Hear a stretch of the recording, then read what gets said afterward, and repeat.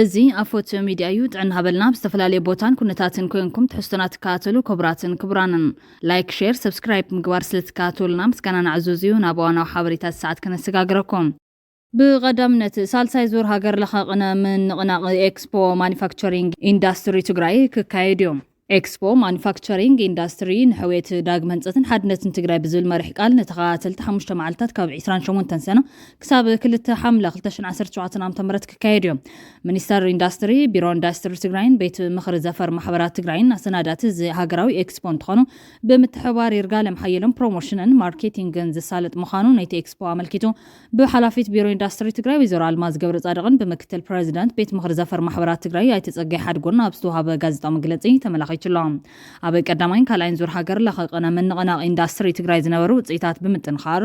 ብፅንተታዊ ኩናት ምክንያት ዝተጎድአ ማኒፋክቸሪንግ ኢንዱስትሪ ኣግሮ ፕሮሰሲንግ ቴክኖሎጂ ስራሕ ዕድል ፈጠራን ናብ መድረኽ ብምፃእ ንክፍትሑ ብምግባርን ተተካእቲ ፍርያታት ንምፍጣር ኢሉ እውን ተመክሮታት ንምትሕልላፍ ዝዓለመ ኤክስፖ ከም ዝኾነ መምርሒ ርክብ ህዝብን አባላት ጉዳይን ቤት ምኽሪ ዘፈር ማሕበራት ትግራይ ሓቢሮም ኤግዚቢሽን መፍረይቲ ፓነል ምይይጥ ጽቡቕ ስራሕታት ዝሰርሑን ለውጢ ዘምፁን ኣፍልጦ መሃብን ምረቓ ሓደሽቲ ማኒፋክቸሪንግ ኢንዱስትሪ ትካላትን ክካየድ እዮም ካብዚ ብተወሳኺ ውድድር ዓብዪ ጉያን ዑደትን እቲ ሃገራዊ ኤክስፖ ዘካተቶም መድረኻት ምዃኖም እውን ሓቢሩሎም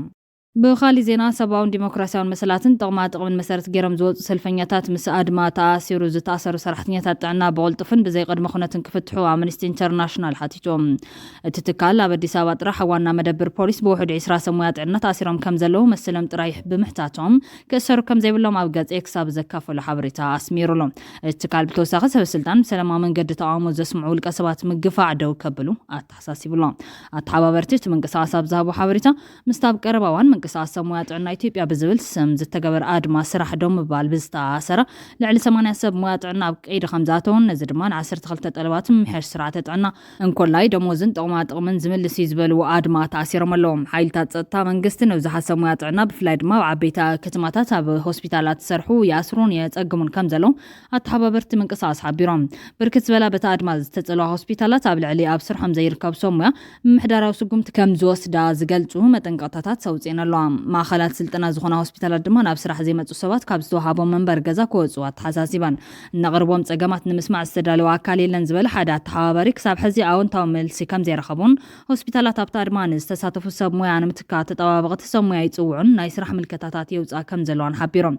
ኣብ ሆስፒታላት ምፍርራሕ ደብዳቤ መፅሓፍ ብወታደራት ክክበባ ምግባር ይቕፅለሎም ትማልን ኣብ ሆስፒታል ጥቁር አንበሳን ጳውሎስን ከይዳ ነይራ ብፖሊስ ተኸቢቦም እዮም ዘለዉ ይበል ኣብ ዝሓለፈ ሶኒ ኣብ ሃገራዊ ቴሌቪዥን ዝቐረበ ሚኒስተር ጥዕና ዶክተር መቅደስ ደባ መንግስቲ ሕቶ ሰሙያ ሕክምና ንምምላስ ይሰርሕ እዩ ዘሎ ኢላ ኣብ ዝዋን ገለ ክፍልታት ሕክምና ብሰንኪቲ ዝበፅሕ ዘሎ ፀቕጣ ኣገልግሎት መሃውደው ከም ዘበሉ ኣተሓባበርቲ ይገልጾም ካሊእ ኣተሓባበር ብወገን እቲ ጉዳይ ክኸርር እዮም ዝገብሩ ዘለዉ ኣብ መንጎ ህዝቢ ጉዳይ ብማል መንግስቲ ዝወስደሉ ዘሎ ስጉምቲ ዓብዪ ጌጋ ይብማል ናይፎም እቶም ኣብ ቀይዲ ዝኣተው ሰሙያ እንተዘይተፈቲሖም ድማ ካብ ሎሚ ዓርቢ ጀሚሩ ሙሉ ብሙሉ ኣድማ ከም ዝግበር የጠንቀቖም ብሰንኪ እዚ ናይ ስራሕ ኣድማ ተገልገልቲ ምትእጓል የጋጥሞም ከም ዘሎ ዝተኣመኑ እቶም ኣተሓባበርቲ ኮፍ ኢሎም ሪጋ ይጽበየሎም እቲ በዓል ሞያ ግን የለን በማል ናይ ሓላፍነት ዝወስድ መንግስቲ ኢሎም እዞም ወፍሪ ሰሙያ ጥዕና ኢትዮጵያ ብዝብል 12 ሕቶታት ዘልዕሉ ዘለዉ ሰሙያ ናይ 30 መዓልታት መጠንቀቕታ ድሕሪ ምሃቦም ብ13 ጉንበት 2025 ጀሚሩ ብኸፊል ኣድማ ስራሕ ገይሮም ከም ዘለዉ ይፍለጥ እዮም ናብ ካሊእ ሓበሬታን ትንሰገር ንኹሉ ነገር ድልዋቲና ክብል ፊልድ ማርሻል ብርሃኑ ጁላ ገሊጾም ሰራዊት ምክልኻል ሃገር ዕጥቁ ዘመናዊ ኮይኑ ክብል እዩ ተዛሪቡ ዘሎም ኢኖቬሽን ብምጥቃም ህንፀት ዘመናዊ ሰራዊት ክነሳልጥ ትፅቢት ይግበር ክብል ፊልድ ማርሻል ብርሃኑ ጁላ ተዛሪቦም እቲ ኢታማጆር ሹም ድሕሪ እቲ ለውጢ ዝበለ ክስተት ብምክልኻል ሰራዊት ኣብ ዝተፈላለዩ ዓውድታት ዝተሰርሑ ልዑል ስራሕቲ ሪፎርም ዘመኑ ዝጠልቡ ዕጥቂ ንክህልዎ ምግባር ክኢሉ ኢሎ ምክልኻል ንፖለቲከኛታት መሳርሒ ዘይኮነስ ንልኡኽቱ ጥራሕ ዝፍፅምን ብኣተሓሳስባ ሓዊሱ ጥንኩር ንክኾንን ኣብ ምግባር ዝተሰርሑ ስራሕቲ ውፅኢት እናተረኸበ ምዃኑ ተዛሪቦም እቲ ሰራዊት ኢትዮጵያ ዝመስል ካብ መላ ኢትዮጵያ ዝተውጻጹ ክኾኑ ዝተገበረ ምዃኑ ዝገለጸ ፊልድ ማርሻል ብርሃኑ ጁላ ኣብ ጥዕና ሎጂስቲክስ ሓበሬታ ኢንዱስትሪን ከምኡውን ትምህርቲ ዝካየዱ ጠንካራ ስራሕቲ ምክያዶም ኣረድዮም ማእኸል ምስረታ ኢንተርፕረነርሺፕን ኢኖቬሽንን ነቲ ትካል ኣብ ስራሕቲ ሪፎርም ውፅኢታውነት እቲ ሓደ መርኣያ ምዃኑ ተዛሪብሎም እቲ ማእኸል ንዝሓለፈ ዓመታት ኣብ ዝተፈላለዩ ሃገራት ተግባራዊ እናኾነ ዝፀንሐ ኢትዮጵያ ግን ዕድለኛ ኮይና ከተተግብሮ ዘይከኣለት ምዃና ብምግላጽ ናይ ምክልኻል ዓቕማ ብምጥንኻር ሉዓላውነት እቲ ሃገር ኣብ ምሕያል ልዑል ግደ ምዃኑ ሓቢሮም ብኻሊእ ሓበሬታ ፎስ ሚድያ ኤርትራዊ ስደተኛ በኢትዮጵያ ማዕስከር ስደተኛታት ዓለም ዋጭ ክልል አምሓራ ብዘይተፈለጡ ዕጡቃት ተቐቲሎም ሰለስተ ወለዶ ተሰዲዱ ኣብ ከርተት ስደት 11 ዓመት ዘቕፀረት ኤርትራዊት ስድራ ድማ ሓኾትኮት እናበለ ድራር ዕለታ ዝምርር ኣላይ ኣብ ግፍዒ ድሕሪ ምቕታሉ እታ ስድራ በይና ታሪፋላ ናብዚ ማዕስከር ካብ ንመጽእ ካብ ሞት ይዕረፍናን ዝበለን ድሕነቱ ሽሙ ዘይንጠቕሶ ናይ ዓይኒ ምስክር በረኸት ኣብ ኣፍ ደገ ገዙ ከም ዝተቐተለ ንቢቢሲ ሓቢሮም ናይ ሞባይል ቻርጀር ከምጽኢሉ ምስ ወፀ እዩ ዝፀገም ረኺቦም ድምፂ ሰሚዕና ክንረዲ ኢልና ምስ ወፃና ነቲ ኻባና ቀዲሙ ዝወፅእ ኣባድ ዝተባሃለ ጥይት ተኩሶም ኣውዲዖሞም ካልኣይ ጥይት ተኩሶም ድማ ኣብ መንኮብ ወቂዖሞም መሊሶም ሳልሳይ ጥይት ተኩሶም ስሒቶምና ሽዑ ንሕና ክንረድአና ዝኽእል ኣካል ስለ ዘየለ ሂወትና ከነድሕን ንነብስና ፈሪሕና ክንወፅእ ኣይከኣልናን ይብል ጸኒሖም ምስ ከድዎም እቲ ክረድእ ክብል ዝተወቅዐ ኣብ መሬት ወዲቑ ደሙ ጃሕጃሕ ክብል እቲ ዘይሓሰቦ ረኺቡ ኣብ ኣፍ ደገ ገዝኡ ዝተኸተረ በረኸት ድማ ደም ወዲኡ ከም ዝጸንሖምን ማዕዶን ኣብ ዝበሃል ኣብ ዳባት ዝርከብ ሆስፒታል ከም ዝወሰድዎምን ኣረዲዮም ወሲኽውን መጀመርታ ብበትሪ ኣብ ኣፍ ልቡን ኣብ ዝባኑን ሓሪሞሞ ኣብ ጉንዱ ዝኑን ኣብ ክሳዱን እውን ብጥይት ሓሪሞሞ ክብል እቲ ናይ ዓይኒ ምስክር ንኣማውታት ኤርትራዊ ስደተኛ ይረድም ካልእ ኤርትራዊ ስደተኛ ምስ መዋቲ ናይ 9 ዓመታት ፍልጠት ከም ዝነበሮ ብምግላጽ ሰብ ዝገበነኛ ኣይኮነን ናብ ሓዳሩን ናብሩን ዝጓየ ሰላማዊ ሰብ ክነሱ እዮም ካብ ገዙ ፀዊዖም ቀቲሎሞም ኣብ ማዕስከር ዓዲ ሓርሽ ከርተት ዝበለ ሕዚ እውን ኣብ ማዕስከር ዳባት 4 ዓመታት ዝገበረ ሓላፍነት ስድራ ዝተሸከመ ወዲ 37 ዓመት ይብማል ንመዋቲ ብዘይ ምኽንያት ከም ዝቐተልዎ ይረድም በረኸት በዓል ሓዳርን ኣብ በቆል ጥራሕ ዘይኮነ 80 ዓመት ንዝተቃረባ ወላዲትን ኣሕዋትን እውን ዝኣሊ ኣቦ ስድራ ነይሮም እዛ ኣብ ትግራይ ኣብ ዝነበሩ ማዕስከራት ኣጽሊላ ዝነበረት ስድራ ደማዊ ኩናት ሕድሕድ ኢትዮጵያ ድሕሪ ምውልዑ ከም ኩሎም በቲ ኩናት ካብ ፈቅዶ ማዕስከራት ትግራይ ፋሕፋሒሎም ዝነበሩ ኤርትራውያን ስደተኛታት ካብ ማዕስከር ዓዲ ሓርሽ ናብዚ ብተደጋጋሚ መጮይን ሞትን ኤርትራውያን ዝረኣየሉ ዘሎ ማዕስከር ዓለም ዋጭ ግዒዛ ይኹን እምበር እዞም ጉዳያት መጮይትን መቕተልትን ዝኾኑ ዘለዉ ስደተኛታት እቲ ቦታ ንስደተኛ ውሕስ ዘይምዃኑን ተደጋጋሚ እኳ እንተጠርዑ ኣብያቶም ሰማዓ ከም ዝሳነዮም ብብዙሓት ኣብቲ ማዕስከር ዝነብሩ ንድሕነቶም ሽሞም ዘይንጠቕሶ ኤርትራውያን ስደተኛታት ዝገልጾም